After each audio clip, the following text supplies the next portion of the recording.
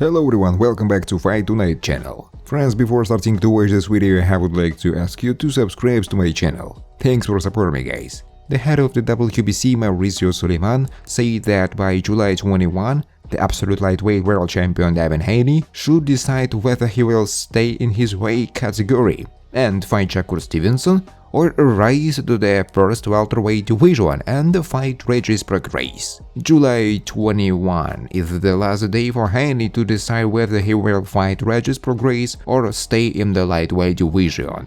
Shakur Stevenson is a mandatory lightweight contender, Suleiman said in an interview. Stevenson's last fight was against Shuichiro Yoshino in April of this year. In this confrontation, Shakur won by technical knockout in the 6th round. He has 20 wins, 10 by knockouts and no defeats. Haney last entered the ring in May of this year. This fight lasted the entire distance and ended in favor of Devin by a unanimous decision of the judges. The top lightweight contender in Mexico City native Cruz has worked to make his country proud and solidify his status in the star-studded 135-pound division, when he faces unbeaten Giovanni Cabrera in the WBC and WBA lightweight title eliminator, the tourist at the Errol Spence Jr. vs Terence Crawford main event. Both fights will air on Showtime pay-per-view July 29th from T-Mobile Arena in Las Vegas. I'm ready to put Mexico on top once again and show that I am meant to go up against the best, said Cruz. Since giving unbeaten superstar Gervonta Davis a tough test in their December 2021 clash, Cruz has set his sights on a rematch against the WBA regular lightweight title holder. I want the American fans to know me as well as the Mexican fans, so I have to go up against the very best, said Cruz. First, I want the rematch with Gervonta Davis, no matter what. After that, I want to face Devin Haney. I'm making sure that I'm working harder and smarter and making the most of everything I do in the gym. It's not just about how hard you hit. It's gotta be smart and have your punches connect in the way that you mean them to land all along. I'm totally focused on staying at 135 pounds because it's where I feel strongest and most comfortable, said Cruz. I just want to give everyone watching a great show. I've been made a connection with the fans because I showed that I'm not afraid to fight the best. I have no fear, just resolve, the fighter said. Nonetheless, as Gervonta Davis' plea deal was supposed to see him have a 90-day home sentence as well as 3 years on probation. However, on June 1st, the lightweight champion was found to be in violation of his home arrest and was forced to finish out his sentence behind bars. However, the Baltimore native is now out of jail. The 29-year-old finished up his bid over the weekend and later released a tweet confirming as such. Now, with his brief jail stint behind him, he can now look to a return to the ring. Gervonta Davis releases first photo since jail release. Tank is happy to finally be back home, based on his social media. The legal saga involving Tank has been a long time. In late 2020, Davis engaged in a hit and run that saw 4 people head to the hospital. It's worth nothing that this was far from his first legal issue but appeared to be the most serious. While Davis initially avoided jail time with his plea deal, he sadly violated the terms of his house arrest. Later, the lightweight champion had a story stream from his jail cell, where he slammed the judge in his case for being biased. Nonetheless, Gervonta Davis is finally a free man and is happy to put the situation behind him. On his social media, the WBA lightweight title holder released a photo of himself holding sacks of money. It's safe to say that Davis is happy to be back at home. After all, he didn't get long to celebrate his win over Ryan Garcia in April.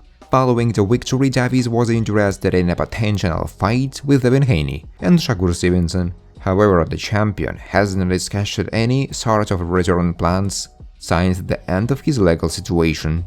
George Cambosos. I really liked Gervonta Davis' fight. George Cambosos Jr. ran from the top of the mountain to the bottom of the totem pole. His vacillations position had nothing to do with his mentality, but more so with the striking of great and horrific performances. Cambosos remembers when everything went perfectly. The youth as a gargantuan underdog against Teofimo Lopez. In November of 2021, Cambosos walked into Lopez's backyard and pick up what many considered was an unlikely victory. Devin Haney, however, ruined whatever momentum he built up, beating him on back-to-back occasions.